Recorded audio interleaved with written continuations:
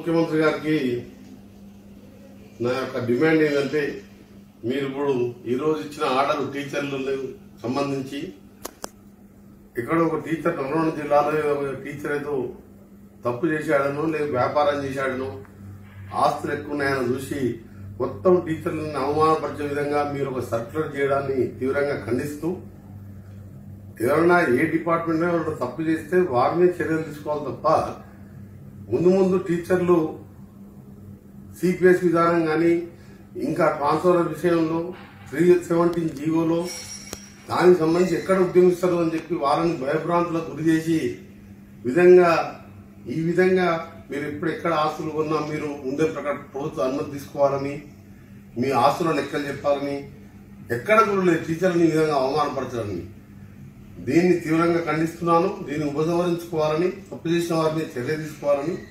రెండవది గౌరవ ముఖ్యమంత్రి గారు మీ పార్టీ ఇవాళ విలువలు 800 కోట్ల చిల్లర వైట్ మనీ ఇవాళ మీకు ఎక్కడికి వెళ్ళి వచ్చిందో కూడా ఏ కంపెనీకి వెళ్ళి విరాళాలు వచ్చినాయో అది ప్రకటిస్తూ మీ సొంత ఆస్తులు మీ మంత్రులు మీ ఎమ్మెల్యేలు ఎమ్మెల్సీలు 2014 నుంచి 3 సార్లు ఎమ్మెల్యేగా మంత్రిగా ఉన్నవాళ్ళు 2 సార్లు ఎమ్మెల్యేగా మంత్రిగా ఉన్నవాళ్ళు ఈ 2 టర్ములు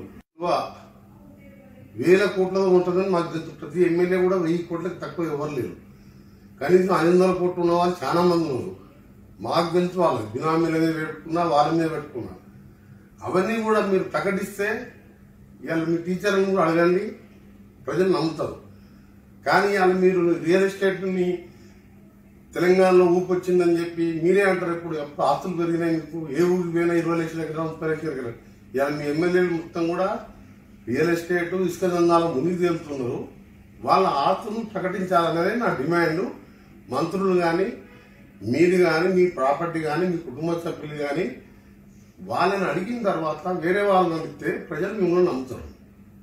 కానీ ఈ విధంగా ఎక్కడో టీచర్ తప్పు చేసిన మొత్తం టీచర్ సమాజాన్ని తప్పు చేయడాన్ని నేను తీవ్రంగా ఖండిస్తున్నాను. తెలంగాణ ఎంపీగా స్టార్ క్యాంపెయినర్ గా కాంగ్రెస్ పార్టీ పక్షాన సూటి ప్రశ్నలు తీస్తున్నాను. మీ పార్టీకి వచ్చిన 800 కోట్ల చిన్న పార్టీ చిన్న రాష్ట్రంలో 800 కోట్ల విరాళాలు ఎక్కడి ఏ కంపెనీకి వెళ్ళి వచ్చినా నాకు కావాలి. దాంతోపాటు మీ మంత్రులు ఎమ్మెల్యే ఎమ్మెల్సీ ఆస్తులు కూడా ప్రకటించాలని డిమాండ్. హాయ్ ఫ్రెండ్స్, మా టుడే టుమారో యూట్యూబ్ ఛానల్ చూస్తున్నందుకు చాలా థ్యాంక్స్.